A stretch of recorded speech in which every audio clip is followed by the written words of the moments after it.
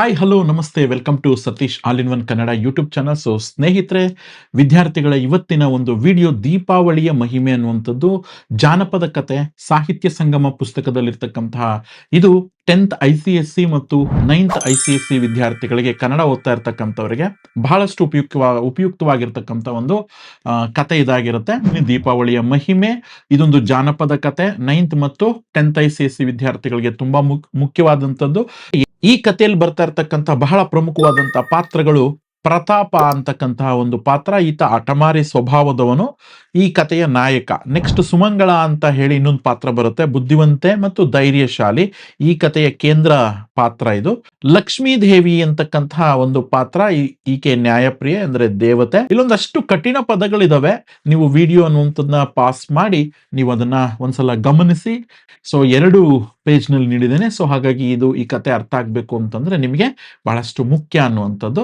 So next ಕತೆಗೆ ನಾವು direct ಆಗಿ ಬರೋದಾದ್ರೆ, ಕತೆಯ ಆರಂಭ, ಸ್ಟೋರಿ ಬಿಗಿನ್ಸ್ ಅನ್ನುವಂಥದ್ದು ಒಂದು 1000 ವರ್ಷಗಳ ಹಿಂದೆ ಚಿನ್ನಾರಿ ರಾಜ್ಯದಲ್ಲಿ ಒಬ್ಬ ರಾಜ ಇರ್ತಾನೆ. ಅವನ ಹೆಸರು ಬಂದು ಪ್ರತಾಪ ಅಂತ ಹೇಳಿ. ರಾಜ್ಯ ಚಿಕ್ಕದಾಗಿದ್ರು ಸಂಪತ್ಭರಿತವಾಗಿತ್ತು. ಪ್ರಜೆಗಳು ಸುಖ ಸಂತೋಷ ಜೀವನ ಅನ್ನುವಂಥದ್ದನ್ನ ನಡೆಸ್ತಾ ಇರ್ತಾರೆ. ಭಂಡಾರದಲ್ಲಿ ಹೇರಳ ದನ ಕೂಡ ಇರುತ್ತೆ.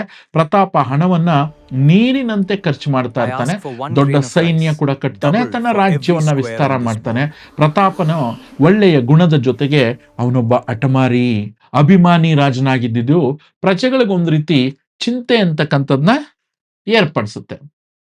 ಒಂದಿನ ಅವನ ರಾಜ್ಯಕ್ಕೆ ಒಂದು ದಿನ ಕೇಸರಿಯನ್ನ ಮಾರೋದಿಕ್ಕೆ ಅಂತ ಹೇಳಿ ಕಾಶ್ಮೀರದಿಂದ ಕೆಲವು ವ್ಯಕ್ತಿಗಳು ಅಥವಾ ರಾಜ್ಯಕ್ಕೆ ಬರ್ತಾರೆ. ಕೆಲವು ಜನ ಬರ್ತಾರೆ, ವ್ಯಾಪಾರಿಗಳು. ಅವರು ತಮ್ಮ ಜೊತೆ ಭಾರಿ ಮೊತ್ತದ ಕೇಸರಿಯನ್ನ ಹೊತ್ಕೊಂಡ್ ಬಂದಿರ್ತಾರೆ. ಕೇಸರಿಯ ಬೆಲೆ ತುಂಬಾನೇ ಜಾಸ್ತಿ. ಅವರು ಪ್ರತಾಪನಿಗೆ ಅದನ್ನ ಮೊದಲು ಮಾರೋದಿಕ್ಕೆ ಇಷ್ಟಪಡ್ತಾರೆ. ಪ್ರತಾಪ ವ್ಯಾಪಾರಿಗಳ ಎದುರು ತಾನು ಎಷ್ಟು ದೊಡ್ಡ ಶ್ರೀಮಂತ ಅಂತ ತೋರ್ಸ್ಕೊಬೇಕು ಅಂತ ಹೇಳಿ ಅವನಿಗೆ ಆಸೆ ಆಗತ್ತೆ. ಅವರ ಬಳಿ ಇದ್ದಂತಹ ಎಲ್ಲಾ ಕೇಸರಿಯನ್ನ ಖರೀದಿಸಿ ಗೊಬ್ಬರದ ಗುಂಡಿಗೆ ಸುರಿದು ಬಿಡ್ತಾನೆ. ಇದರಿಂದ ಲಕ್ಷ್ಮೀ ದೇವತೆಗೆ ಬಹಳಷ್ಟು ಅಪಮಾನ ಆದಂಗಾಗತ್ತೆ. ಧನ ಮತ್ತು ಸಮೃದ್ಧಿಯ ದೇವತೆ ಲಕ್ಷ್ಮಿ ಇದರಿಂದ ಕೋಪಗೊಳ್ತಾಳೆ. ತನ್ನ ಕೈಯಿಂದ ಶ್ರೀಮಂತನಾಗಿ ಮೆರೆಯುತ್ತಿರತಕ್ಕಂತಹ ಪ್ರತಾಪನಿಗೆ ಸೊಕ್ಕಿಳಿಸ್ಲೇಬೇಕು ಅಂತ ಹೇಳಿ ಲಕ್ಷ್ಮೀ ದೇವತೆ ನಿರ್ಧಾರ ಮಾಡ್ತಾಳೆ. ಪ್ರತಾಪನ ಮೂರ್ಖತನದಿಂದ ಅವಳಿಗೆ ತುಂಬಾನೇ ಸಿಟ್ಟು ಅನ್ನುವಂಥದ್ದು ಬರುತ್ತೆ. ಮುಂದೆ ಪ್ರತಾಪ ಅವನ ಡೌನ್ ಫಾಲ್ ಸ್ಟಾರ್ಟ್ ಆಯ್ತು ಅಂತ ನಮಗೆ ಕತೆ ಹೇಳುತ್ತೆ. ಕೆಲವು ದಿನಗಳಲ್ಲಿ ಪ್ರತಾಪ ಜೂಜಾಡೋದನ್ನ ಕಲಿತಾನೆ. ದಿನ ಕಳೆದಂತೆ ತನ್ನೆಲ್ಲ ಸಂಪತ್ತನ್ನ ಜೂಜ್ನಲ್ಲಿ ಸೋತ್ಬಿಡ್ತಾನೆ, ನಿರ್ಗತಿಕನಾಗ್ತಾನೆ. ಅವನ ರಾಜ್ಯ ಕೂಡ ಕೈ ತಪ್ಪೋಗುತ್ತೆ. ಶತ್ರುಗಳು ಅವನ ರಾಜ್ಯದ ಮೇಲೆ ಆಕ್ರಮಣ ಮಾಡ್ತಾರೆ. ಸದಾ ಜೂಜಿನಲ್ಲಿ ನಿರತನಾಗಿರ್ತಕ್ಕಂತಹ ಪ್ರತಾಪ ಶತ್ರುಗಳನ್ನ ಎದುರಿಸುವಂತಹ ಶಕ್ತಿ ಎನ್ನುವಂಥದ್ದಿಲ್ದಿರ ರಾಜ್ಯನ ಕಳೆದುಕೊಳ್ತಾನೆ. ಮುಂದೆ ಆ ರಾಜ್ಯವನ್ನ ತ್ಯಾಗ ಮಾಡಿ ಹೊಸ ಜೀವನವನ್ನ ಪ್ರಾರಂಭ ಮಾಡಬೇಕು ಅಂತ ಹೇಳಿ ಆ ರಾತ್ರಿ ಪ್ರತಾಪ ತನ್ನ ಮಗ ಮತ್ತು ಸೊಸೆಯೊಂದಿಗೆ ರಾಜ್ಯವನ್ನ ಬಿಟ್ಟು ಹೊರಟೋಗ್ತಾನೆ. ಈಗ ಅವನಿಗೆ ತನ್ನ ತಪ್ಪಿನ ಅರಿವು ಕೂಡ ಆಗಿರುತ್ತೆ. 3 ಹಗಲು ರಾತ್ರಿ ಪ್ರಯಾಣ ಮಾಡುತ್ತಾ ದೂರದ ಒಂದು ಸುಂದರವಾದಂತಹ ಪ್ರದೇಶಕ್ಕೆ ಅಥವಾ ಒಂದು ರಾಜ್ಯಕ್ಕೆ ಬರ್ತಾರೆ. ಆ ನಗರದ ಹೊರಗಡೆ ಒಂದು ಗುಡಿಸಲನ್ನ ಕಟ್ಕೊಂಡು ತಮ್ಮ ಜೀವನ ಅಂತಕ್ಕಂಥದ್ನ ನಡೆಸೋದಕ್ಕೆ ಸ್ಟಾರ್ಟ್ ಮಾಡ್ತಾರೆ. ಮುಂದೆ ಕಟ್ಟಿಗೆ ಒಡೆಯುವಂತಹ ವ್ಯಾಪಾರ ಮತ್ತು ಬಂಡೆ ಸೀಳುವಂತಹ ವ್ಯಾಪಾರ ಅಂತಕ್ಕಂಥದ್ನ ಮಾಡಿಕೊಂಡು ಜೀವನ ಅಂತಕ್ಕಂಥದ್ನ ಸಾಗಿಸ್ತಾ ಇರ್ತಾರೆ. ಇಲ್ಲಿ ಪ್ರತಾಪ ಮತ್ತು ಅವನ ಮಗ ಬೆಳಗ್ಗೆನೆ ಎದ್ದು ಕೆಲಸಕ್ಕೆ ಹೋಗ್ತಿದ್ರು. ಓಕೆ, ನೆಕ್ಸ್ಟ್ ಮುಂದುವರೆದಂತಹ ಭಾಗ ಅನ್ನುವಂಥದ್ದನ್ನ ನಾವು ಗಮನಿಸಿದ್ರೆ, ಇಲ್ಲಿ ಸುಮಂಗಳೆ ತುಂಬಾ ಬುದ್ಧಿವಂತೆ, ಅವನ ಸೊಸೆ. ಆಕೆ ರಾಜನ ಸೊಸೆ, ಹೆಸರು ಸುಮಂಗ್ಲೆ ಅಂತ. ಆಕೆ ತುಂಬಾನೇ ಬುದ್ಧಿವಂತೆ. ಮನೆಯಲ್ಲಿ ಚೊಕ್ಕವಾಗಿ ಸಂಸಾರ ಮಾಡ್ತಾ ತನ್ನ ಮಾವ ಮತ್ತು ಗಂಡನಿಗೆ ಧೈರ್ಯ ಹೇಳ್ತಾ ಇದ್ಲು. ಅವರಿಗೆ ದುಃಖವಾಗುತ್ತಿದ್ದಂತೆ, ಅಂದ್ರೆ ದುಃಖ ಆಗದೆ ಇರೋ ರೀತಿಯಲ್ಲಿ ಎಚ್ಚರ ಕೂಡ ವಹಿಸ್ತಾ ಇದ್ಲು. ನೀವು ಕೆಲಸದಿಂದ ಹಿಂದಿರುಗುವಾಗ ಏನಾದ್ರೂ ಒಂದು ವಸ್ತುವನ್ನ ಮರೆಯದೆ ತಗೊಬನ್ನಿ ಅಂತ ಹೇಳಿ ಅವರಿಗೆ ಪದೇ ಪದೇ ಹೇಳಿ ಕಳಿಸ್ತಾ ಇದ್ರು. ತನ್ನ ಸೊಸೆ ಹೇಳಿದ್ದನ್ನ ಮಾವ ಕೂಡ ಪಾಲನೆ ಮಾಡ್ತಿದ್ದ, ಹೆಂಡತಿ ಹೇಳಿದ್ದನ್ನ ಗಂಡ ಕೂಡ ಪಾಲನೆ ಮಾಡ್ತಿದ್ದ. ಅವಳ ಮಾತಿನಂತೆಯೇ ಪ್ರತಾಪ ಮತ್ತು ಅವನ ಮಗ ಇಬ್ರು ಸಹ ಹಿಂದಿರುಗ್ಬೇಕಾದ್ರೆ ಸಾಯಂಕಾಲ ಏನಾದ್ರೂ ಒಂದು ವಸ್ತುವನ್ನ ತೆಗೆದುಕೊಂಡ್ಬರೋರು. ಅದು ಕಲ್ಲಾಗಿರ್ಬೋದು, ಇಟ್ಟಿಗೆ ಆಗಿರ್ಬೋದು, ಇತ್ಯಾದಿ ಏನ್ ಬೇಕಾದ್ರೂ ಸಿಕ್ಕಿದ್ರು ತಂದ್ಕೊಡೋರು. ಒಂದಿನ ಏನಾಗತ್ತೆ, ಅವರಿಗೆ ಬೇರೇನು ವಸ್ತು ಸಿಗಲ್ಲ. ಅದು ದೊರೆಯದೇ ಇದ್ದಾಗ ಮರದ ಬುಡದಲ್ಲಿ ಬಿದ್ದಿದ್ದಂತ ಒಂದು ಹಾವನ್ನ ತಗೊಂಡ್ಬರ್ತಾರೆ. Look here, son, it is dead.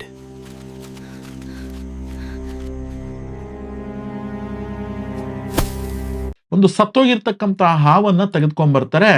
Sumangala ಅದನ್ನ ಯಾಕೆ ಬಿಸಾಕ್ಬೇಕು ಅಂತ ಹೇಳಿ ತನ್ನ ಗುಡಿಸಲಿನ ಮೇಲೆ ಎಸೆದಳು. ಇದು ಅವಳ ಬುದ್ಧಿವಂತಿಕೆ ಎಷ್ಟಿತ್ತು ಅನ್ನುವಂಥದ್ದನ್ನ ಇಲ್ಲಿ ತೋರಿಸುತ್ತೆ. ನಿಮಗೆ ಈ ಮ್ಯಾಟ್ರ್ ಅನ್ನುವಂಥದ್ದನ್ನ ಜ್ಞಾಪಕ ಇಟ್ಕೊಂಡಿರಿ. ಸೊ ಅದು ಮುಂದೆ ನಿಮಗೆ ಕಥೆಯಲ್ಲಿ ಲಿಂಕ್ ಆಗುತ್ತೆ. ಒಂದು ದಿನ ಏನಾಗುತ್ತೆ ಅಂತಂದ್ರೆ, ಮಾರನೇ ದಿನ ಅದೇ ರಾಜ್ಯದಲ್ಲಿ ಒಂದು ಕೋಲಾಹಲ ಉಂಟಾಗತ್ತೆ. ಅಂದ್ರೆ ಒಂದು ಜಗಳ, ಜೋರಾಗಿ ಸೌಂಡ್ ಅನ್ನುವಂಥದ್ದು. ಏನಪ್ಪಾ ಅದು ಅಂದ್ರೆ, ಮಹಾರಾಣಿಯವರ ವಜ್ರದ ಹಾರ ಅಂತಕ್ಕಂಥದ್ದು ಕಳುವಾಗಿದೆ ಅಂತ ಹೇಳಿ ಎಲ್ಲರೂ ಮಾತಾಡ್ಕೊಳ್ಳೋಕೆ ಸ್ಟಾರ್ಟ್ ಮಾಡ್ತಾರೆ. ಮಹಾರಾಣಿಯವರು ಸ್ನಾನ ಮಾಡುವ ಮೊದಲು ವಜ್ರದ ಹಾರವನ್ನ ತನ್ನ ಕಿಟಕಿಯಲ್ಲಿ ಇಟ್ಟಿರ್ತಾರೆ. ಕಿಟಕಿ ಗೂಡಲ್ಲಿ ಇಟ್ಟಿದ್ರು. ಅವಳು ನೋಡ್ತಾ ಇದ್ದಂತೆಯೇ ಒಂದು ಹದ್ದು ಹಾರಿ ಬಂದ್ಬಿಟ್ಟು ಆ ಹಾರವನ್ನ ಕೊಕ್ಕಿನಲ್ಲಿ ಕಚ್ಕೊಂಡು ಹೊರಟೋಗ್ಬಿಡುತ್ತೆ.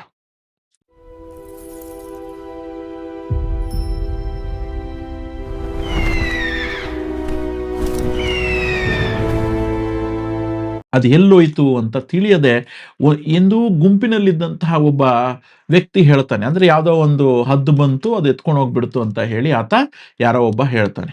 ಸುಮಂಗಳೆ ತುಂಬಾ ಚಾಣಾಕ್ಷ, ತುಂಬಾ ಬುದ್ಧಿವಂತೆ ಅನ್ನುವಂಥದ್ದು ಈಗ ಮತ್ತೆ ಪ್ರೂವ್ ಆಗುತ್ತೆ ನೋಡಿ.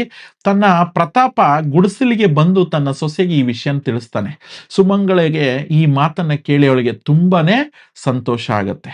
ಈಗ ನೀವು ರಾಜನ ಬಳಿಗೆ ಹೋಗಿ ಮಹಾರಾಣಿಯ ವಜ್ರದ ಹಾರವನ್ನ ತಂದು ಕೊಟ್ರೆ ಏನ್ ಉಡುಗೊರೆ ಕೊಡ್ತೀರಾ ಹೇಳಿ ಅಂತ ಹೇಳಿ ಖಚಿತಪಡಿಸ್ಕೊಂಡು ಬನ್ನಿ ಅಂತ ಹೇಳಿ ತನ್ನ ಮಾವನಿಗೆ ಆಕೆ ಹೇಳ್ತಾಳೆ. ಆದ್ರೆ ಮಾವನಿಗೆ ಅರ್ಥ ಆಗ್ಲಿಲ್ಲ.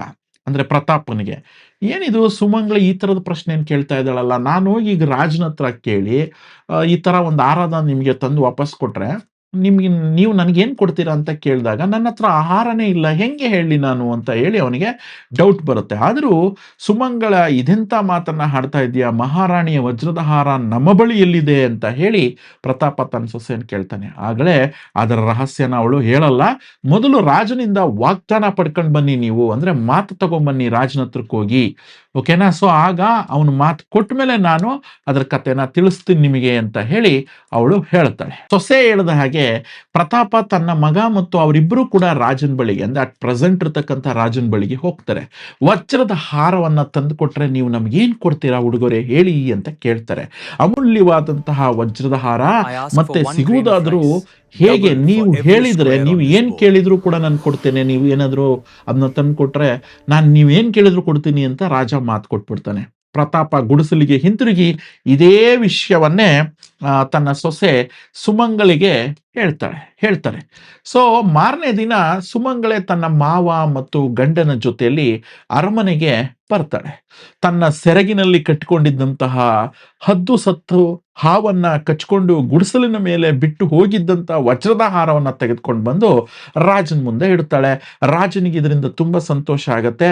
ನಿಮ್ಗೇನ್ ಬೇಕು ಹೇಳಿ ಅಂತ ಸಂಕೋಚ ಪಡದೆ ಕೇಳಿ ಅಂತ ಹೇಳಿದಾಗ ರಾಜ ಮಾತನ್ನ ಕೊಟ್ಟಿರ್ತಾನೆ, ಅದನ್ನ ಈಡೇರಿಸ್ಕೋಬೇಕು. ಇಲ್ಲಿ ನಿಮ್ಗೊಂದು ಸಮಸ್ಯೆ ಕಾಡುತ್ತೆ. ಏನಪ್ಪಾ ಅಂತಂದ್ರೆ, ಸರ್ ಇವಳು ಬಳಿ ಹಾರ ಅನ್ನುವಂಥದ್ದು ಹೇಗ್ ಸಿಕ್ತು ಅಂತ ಅನ್ನೋದಾದ್ರೆ, ಈಗಾಗಲೇ ಅವತ್ತೊಂದು ದಿನ ಅವ್ರ ಮಾವ ತಂದು ಕೊಟ್ಟಿದ್ದಂತ ಸತ್ತೋಗಿರೋ ಹಾವನ್ನ ಗುಡಿಸಲ ಮೇಲೆ ಏನ್ ಎತ್ಬಿಸಾಕಿದ್ಲು, ಆ ಗುಡಿಸಲಿನ ಮೇಲೆ ಆ ಹಾವು ಅಂತಕ್ಕಂಥದ್ದು ಇರೋದನ್ನ ಈ ಹದ್ದು ಅಂತಕ್ಕಂಥದ್ದು ಬಂದು ಏನ್ ಮಾಡ್ತಾ ಇರ್ತದೆ, ಮೇಲಿಂದ ಗಮನಿಸಿ ಅದೇ ಸಂದರ್ಭದಲ್ಲಿ ಆ ಹಾರನ ಎತ್ಕೊಂಡು ಹೋಗ್ತಾ ಇರ್ಬೇಕಾದ್ರೆ ಇದೇನಿದು ಹದ್ದಿದೆಯಲ್ಲ, ಊಟ ಸಿಕ್ತು ಅಂತೇಳಿ ಆ ಹಾರನ ಅಲ್ಲಿ ಬಿಟ್ಟು ಆ ಹದ್ದೇನ್ ಮಾಡಿರುತ್ತೆ, ಹಾವನ್ನ ತೆಗೆದುಕೊಂಡು ಹೋಗಿರುತ್ತೆ.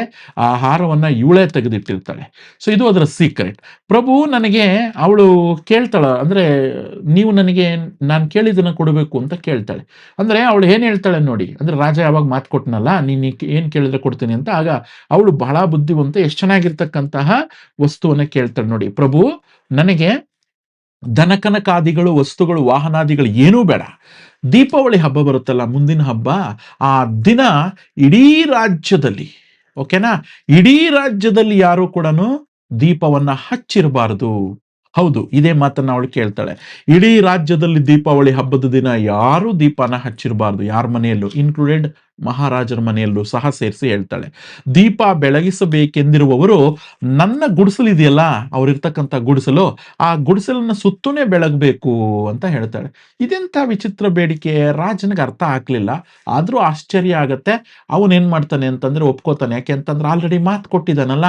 ಸೊ ಆದ್ರಿಂದ ಒಂದಿನ ದೀಪಾವಳಿ ಹಬ್ಬ ಬರುತ್ತೆ. ಒಂದೆರಡು ತಿಂಗಳಲ್ಲೇ ದೀಪಾವಳಿ ಹಬ್ಬ ಬರುತ್ತೆ. ರಾಜನ ಆಜ್ಞೆಯಂತೆ ಇಡೀ ರಾಜ್ಯದಲ್ಲಿ ಯಾರ ಮನೆಯಲ್ಲೂ ರಾತ್ರಿ ದೀಪನ ಬೆಳಗ್ಸೋದೇ ಇಲ್ಲ. ಅರಮನೆಯು ಇದಕ್ಕೆ ಹೊರತಾಗಿರ್ಲಿಲ್ಲ. ಜನರು ಸುಮಂಗಳೆಯ ಗುಡಿಸಲಿನ ಸುತ್ತ ದೀಪನ ಬೆಳಗಿಸ್ತಾರೆ. ಆ ವಾತಾವರಣ ಬಹಳಷ್ಟು ಚೇತೋಹಾರಿಯಾಗಿರುತ್ತೆ. ಅಂದ್ರೆ ಯಾರೂ ಸಹ ದೀಪಗಳನ್ನ ಎಲ್ಲೂ ಕೂಡ ಬೆಳಗಲ್ಲ. ಇವರು ಗುಡಿಸಲು ಸುತ್ತಲೇ ತಗೊಂಬಂದು ಎಲ್ಲರೂ ಕೂಡ ಆ ದೀಪಗಳನ್ನ ಬೆಳೆಸಿರ್ತಾರೆ. ಐ ಮೀನ್ ಅದನ್ನ ಹತ್ತಿಸಿರ್ತಾರೆ. ಹಂಗಾಗಿ ಇಡೀ ಊರಿನಲ್ಲಿ ದೀಪ ಅಂತಕ್ಕಂಥದ್ದು ಬೆಳಗಿರೋದು ಇವಳು ಗುಡಿಸಲ ಹತ್ರ ಮಾತ್ರ. ಮುಂದೆ ಲಕ್ಷ್ಮೀ ದೇವಿ ಅವತ್ತು ಆ ಎಲ್ಲ ಒಂದು ಮನೆಗಳಿಗೂ ಹೋಗ್ಬೇಕು ಅಂತ ಹೇಳಿ ಪ್ರತಿ ವರ್ಷಕ್ಕೊಂದ್ಸಲ ಆಕೆ ಬರ್ತಾ ಇರ್ತಾಳೆ. ಇವತ್ತು ಕೂಡ ಬರ್ತಾಳೆ.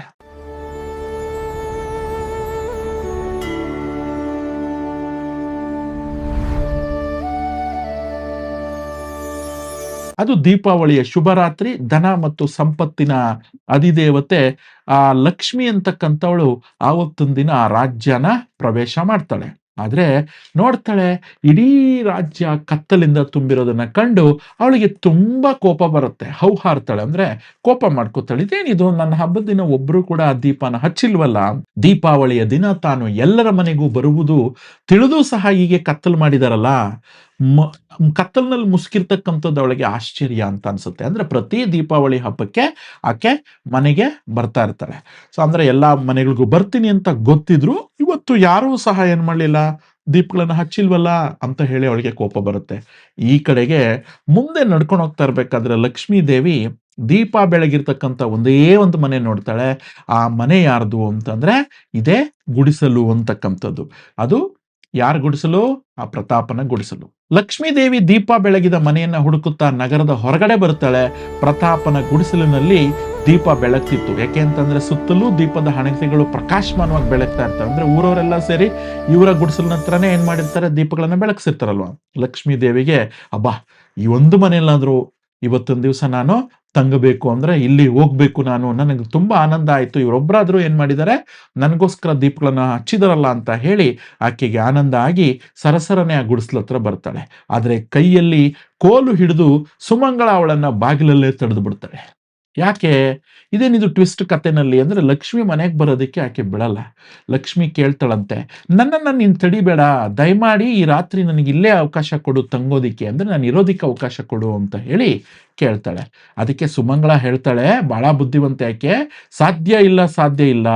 ನನ್ನ ತಂದೆ ಮಾಡಿದ ಒಂದೇ ಒಂದು ಚಿಕ್ಕ ತಪ್ಪಿಗೆ ನೀನೊಂದು ದೊಡ್ಡ ಶಿಕ್ಷೆನ ಕೊಟ್ಟಿರುವೆ. ತಂದೆಯ ರಾಜ್ಯ ಸಂಪತ್ತು ಎಲ್ಲವೂ ಹೊರಟೋಯ್ತು. ಈಗ ಅವನು ದುಃಖದಿಂದ ನಿರ್ಗತಿಕನಾಗಿ ಜೀವನ ನಡೆಸಬೇಕಾಗಿದೆ.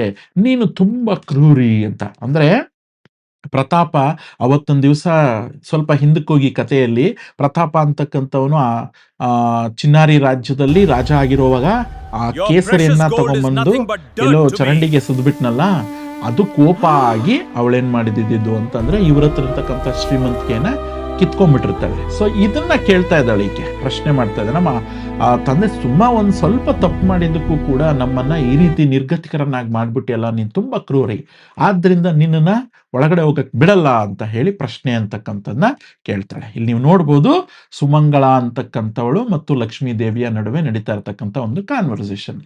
ಬೇಸರಿಸಬೇಡಿ, ಇಂದಿನ ರಾತ್ರಿ ಒಂದೇ ಒಂದು ದಿನ ದೀಪ ಬೆಳಗುತ್ತಿರುವ ಈ ಗುಡಿಸಲಿನಲ್ಲಿ ನನಗೆ ತಂಗೋದಿಕ್ಕೆ ಅವಕಾಶ ಕೊಟ್ರೆ ಮತ್ತೆ ನಿನ್ನ ತಂದೆ ಮೊದಲಿನಂತೆ ಸಿರಿವಂತನಾಗ್ತಾನೆ, ಅವನ ರಾಜ್ಯ ಅವನಿಗೆ ಮತ್ತೆ ಲಭಿಸುತ್ತೆ. ಲಕ್ಷ್ಮೀ ದೇವಿ ಮಾತು ಕೊಡ್ತಾಳೆ. ಇಲ್ಲಿ ಸುಮಂಗಳಿಗೂ ಕೂಡ ಇದೇ ಬೇಕಾಗಿತ್ತು. ಸುಮಂಗಳೆ ಸಂತೋಷದಿಂದ ದೇವತೆಯನ್ನ ಒಳಗಡೆಗೆ ಕರ್ಕೊಂಡು ಬರ್ತಾಳೆ. ಅಂದ್ರೆ ನನಗೆ ಇವತ್ತೊಂದು ದಿವಸ, ಯಾಕೆಂತಂದ್ರೆ ಇಡೀ ಊರಿನಲ್ಲಿ ಎಲ್ಲೂ ದೀಪ ಬೆಳಗ್ತಾ ಇಲ್ಲ, ನಿನ್ನ ಮನೆ ಹತ್ರ ಮಾತ್ರ ದೀಪ ಬೆಳಗ್ತಾ ಇದೆ. ಹಾಗಾಗಿ ನನಗೆ ಇವತ್ತೊಂದು ದಿವಸ ಉಳ್ಕೊಳಕ್ಕಿಲ್ಲ, ಅವಕಾಶ ಕೊಟ್ರೆ ನಾನು ನಿಮ್ಗೆ ಮತ್ತೆ ನಿನ್ನ ತಂದೆ ಎಲ್ಲ ರಾಜ್ಯವನ್ನ, ಅಂದ್ರೆ ಚಿನ್ನಾರಿ ರಾಜ್ಯವನ್ನ ಮತ್ತೆ ವಾಪಸ್ ಕೊಡ್ತೀನಿ, ಬೇಸರಿಸಬೇಡ, ಎಲ್ಲ ಅವನಿಗೆ ಸಿಗುತ್ತೆ ಅಂತ ಹೇಳಿದಾಗ ಈಕೆಗೆ ಕೂಡ ತುಂಬಾ ಖುಷಿ ಆಗತ್ತೆ. ನೆಕ್ಸ್ಟ್ ಬೆಳಗ್ಗೆ ಆಗೋಷ್ಟ್ರೊಳಗಡೆಗೆ ಒಂದು ಭವ್ಯವಾದಂತಹ ಮಹಲು ಅವರ ಗುಡಿಸಲಿದ್ದಂತಹ ಜಾಗದಲ್ಲಿ ಸೃಷ್ಟಿಯಾಗಿರುತ್ತೆ.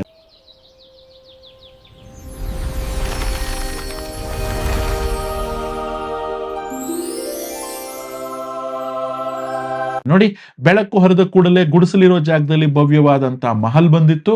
ಅದು ಸಕಲ ಸಂಪತ್ತಿನಿಂದ ಕೂಡಿತ್ತು ಮತ್ತು ರತ್ನ ವಜ್ರ ವೈಢೂರ್ಯಗಳ ರಾಶಿಯಲ್ಲಿ ಹರಡಿದ್ದನ್ನ ಗಮನಿಸ್ತಾನೆ.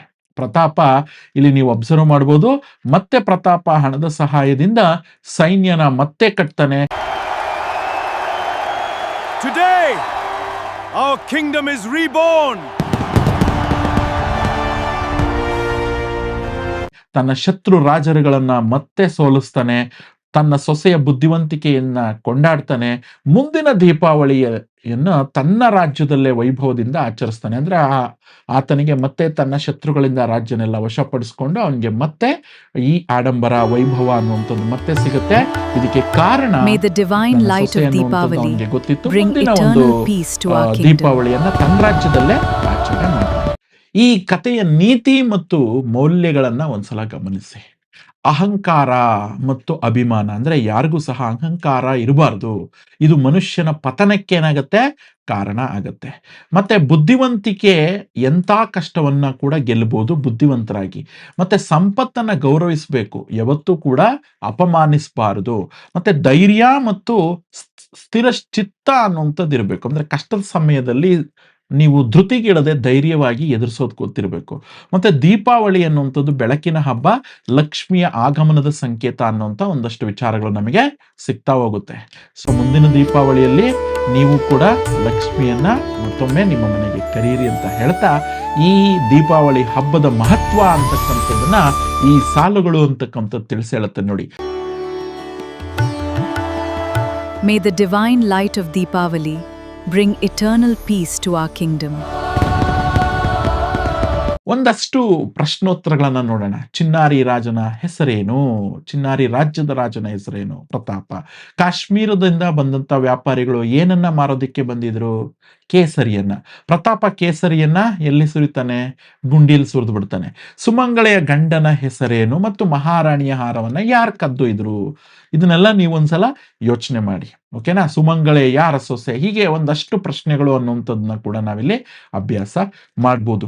ಸೊ ಹೀಗೆ ಇದರ ಪುನರಾವರ್ತನೆಯನ್ನ ನಾವೊಂದ್ಸಲ ಗಮನಿಸಿದ್ರೆ, ರಾಜ ಪ್ರತಾಪ ಸಂಪತ್ಭರಿತವಾದಂತಹ ರಾಜ್ಯ, ಚಿನ್ನಾರಿ ರಾಜ್ಯ ಆಗಿತ್ತು. ಕೇಸರಿಯಿಂದ ಮಾರೋರಿಂದ ಅವನಿಗೆ ಅಪಮಾನ. ಅಂದ್ರೆ ಅವನು ಕೇಸರಿನ ತಗೊಂಡು ಚರಂಡಿಗೆ ಅಥವಾ ರಸ್ತೆಯಲ್ಲಿ ಸುರಿದು ಬಿಟ್ಟಿದ್ದರಿಂದ ಲಕ್ಷ್ಮಿಗೆ ಕೋಪ ಬಂದು ಜೂಜ್ ಕಲ್ತು ತನ್ನ ರಾಜ್ಯನ ನಷ್ಟ ಮಾಡ್ಕೋತಾನೆ. ಮುಂದೆ ಹೊರ ರಾಜ್ಯಕ್ಕೆ ಹೋಗಿ ಅಲ್ಲಿಂದ ಗುಡಿಸಲಿನಲ್ಲಿ ಊರಿನ ಹೊರಗಡೆ ಗುಡಿಸ್ಲಾಕೊಂಡು ಜೀವನ ಮಾಡ್ತಿರ್ತಾರೆ. ಸುಮಂಗಲೆಯ ಬುದ್ಧಿ ಅನ್ನುವಂಥದ್ದು ವಸ್ತು ತರುವ ಅಭ್ಯಾಸ ಮಾಡಿಸ್ತಾರೆ. ಒಂದು ದಿನ ಸತ್ತೋಗಿರ್ತಕ್ಕಂಥ ಹಾವನ್ನ ತನ್ನ ಮಾವ ತಂದ್ಕೊಟ್ರೆ, ಆ ಹದ್ದು ವಜ್ರದ ಹಾರವನ್ನ ಬಿಟ್ಟು ಸತ್ತಿರೋ ಹಾವನ್ನ ತೆಗೆದುಕೊಂಡು ಹೋಗುತ್ತೆ. ಮುಂದೆ ರಾಜನ ಹತ್ರ ಹೋಗಿ ವಾಗ್ದಾನ ತಗೊಳ್ಳೋದು, ದೀಪಾವಳಿಯಲ್ಲಿ ಯಾವುದೇ ಕಾರಣಕ್ಕೂ ಯಾರು ಸಹ ದೀಪಗಳನ್ನ ಹಚ್ಚಬಾರ್ದು, ಹಚ್ಚೋದಾದ್ರೆ ನನ್ನ ಮನೆ ಹತ್ರನೇ ಹಚ್ಚಬೇಕು ಅಂತ ಆಕೆ ಕೇಳ್ತಾಳೆ.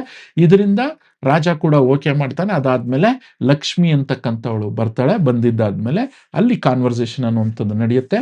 ಮುಂದೆ ಆ ಲಕ್ಷ್ಮೀ ದೇವತೆಯಿಂದ ಮತ್ತೆ ವರವನ್ನ ಪಡ್ಕೊಂತು ತಾನು ಮತ್ತೆ ಶ್ರೀಮಂತರಾಗ್ತಾರೆ ಅನ್ನುವಂಥದ್ದು. ಇದು ಬುದ್ಧಿವಂತಿಕೆಯ ಪ್ರದರ್ಶನ ಅಂತಕ್ಕಂಥದ್ದು. ಇನ್ನು ಹೆಚ್ಚಿನ ಮಾಹಿತಿಗಾಗಿ ನಮ್ಮ official Satish all in one Kannada YouTube ಚಾನಲನ್ನು ಸಬ್ಸ್ಕ್ರೈಬ್ ಮಾಡ್ಕೊಳ್ಳಿ. ಅದರ ಲಿಂಕ್ಸ್ ಎಲ್ಲ ಕೂಡ ನೀವು ನೋಡ್ಬೋದು. ಮುಂದೆ ನಮ್ಮದು satish.km.com ಅನ್ನುವಂತಹ ಒಂದು ವೆಬ್ಸೈಟ್ ಸಹ ಇದೆ. ಅದರಲ್ಲಿ ಪರೀಕ್ಷಾ ಪತ್ರಿಕೆಗಳು, ಟಿಪ್ಪಣಿಗಳು, ಅಧ್ಯಯನ ಸಾಮಗ್ರಿಗಳೆಲ್ಲ ಇರ್ತವೆ. ನೀವು ನೋಡ್ಬೋದು. Satish all in one Kannada ಅನ್ನುವಂಥ ಯೂಟ್ಯೂಬ್ ಚಾನಲ್ ಅನ್ನುವಂಥದ್ದಕ್ಕೆ ಹೋದ್ರೆ ಈಗಾಗಲೇ ನೋಡಿ ಶಿವಭೂತಿಯ ಕಥೆಯನ್ನ ಕೂಡ ಹಾಕಿದ್ದೀನಿ. ಜೊತೆಗೆ ನಾಟ್ಯ ಮಯೂರಿ ಅನ್ನುವಂಥದ್ರಲ್ಲಿ ಫುಲ್ ಕೋರ್ಸಸ್ ಅನ್ನುವಂಥದ್ದನ್ನ ನೀವು ನೋಡ್ಬೋದು. ಸೊ ಕಂಪ್ಲೀಟು ಅಲ್ಲಿ ಇರ್ತಕ್ಕಂಥ 10 ಚಾಪ್ಟರ್ಸ್ಗೆ ನಾನು ವಿಡಿಯೋಸ್ ಅನ್ನುವಂಥದ್ದನ್ನ ಹಾಕಿದ್ದೀನಿ. ಸೊ ಹಾಗಾಗಿ ಈ ವಿಡಿಯೋ ಅನ್ನುವಂಥದ್ದು ಇಷ್ಟ ಆಗಿದ್ರೆ ನಿಮ್ಮ ಸ್ನೇಹಿತರಿಗೂ ಕೂಡ ನೀವು ಶೇರ್ ಮಾಡಿ ಅಂತ ಹೇಳ್ತಾ, ಮುಂದಿನ ಒಂದು ವಿಡಿಯೋದಲ್ಲಿ ಭೇಟಿಯಾಗೋಣ. ಧನ್ಯವಾದ. ಶುಭ ದಿನ. Take care and have a nice day and all the best for all the students. Thank you for watching. May the divine light of Deepavali bring eternal peace to our kingdom.